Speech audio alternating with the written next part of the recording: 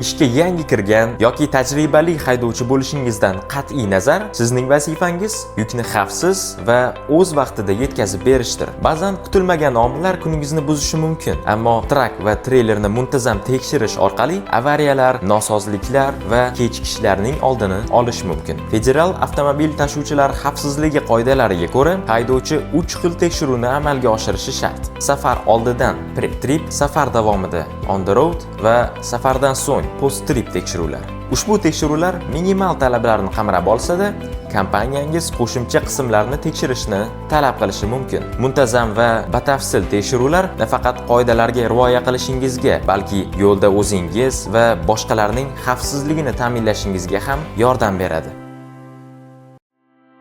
Safar oldi tekshiruvi bu trak va treylerni mantiqiy tartibda to'liq tekshirishga yordam beruvchi 5 bosqichli jarayondir. Birinchi bosqich old qismdan boshlanadi. Bunda dvigatel bo'linmasi va old o'q komponentlari tekshiriladi. Ikkinchi bosqich kabina ichidagi tekshiruv bo'lib, unda kabina ichidagi barcha tizimlarning to'g'ri ishlayotganligi tekshiriladi. Uchinchi bosqich barcha chiroqlarni tekshirishni o'z ichiga oladi. Ular to'g'ri ishlayotganligiga ishonch hosil qilish lozim. To'rtinchi bosqich bu yurib tashqi qismlarni tekshirishdir. Bu bosqich eng ko'p vaqt talab qiluvchi jarayon bo'lib, mashinaning barcha qismlari tekshiriladi. 5-bosqich tormoz tizimini tekshirish bo'lib, uning yaxshi ishlayotganligiga ishonch hosil qilish uchun yakuniy qadamdir.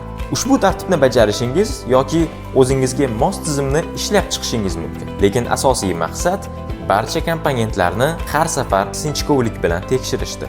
Tekshiruvni bir xil tarzda bajarish samaradorlikni oshiradi. Shuningdek, biror narsani unutib yuborish ehtimolini kamaytiradi va jarayonni samaraliroq qiladi.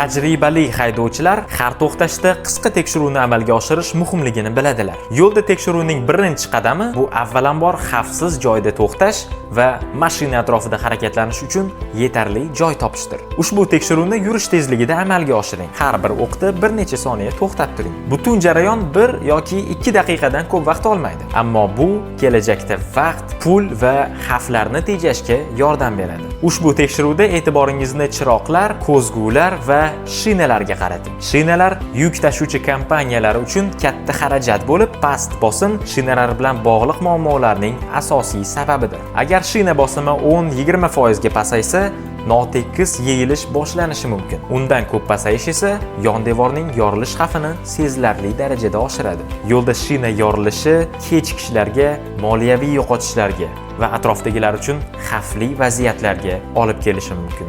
Issiq shinalarni bosim o'lchagich bilan tekshirish noto'g'ri natija beradi. Bu 5% dan 20% gacha farq qilishi mumkin. Shuning uchun shinalarni qattiqligini bolg'acha yoki maxsus tekshirgich yordamida tekshiring. Qo'lingizni g'ildirak markaziga yaqin qo'yib, shinalarning yoki podshifniklarning ortiqcha qizib ketmaganligini his qiling. Lekin kuyib qolmasligi uchun ularga tegmang.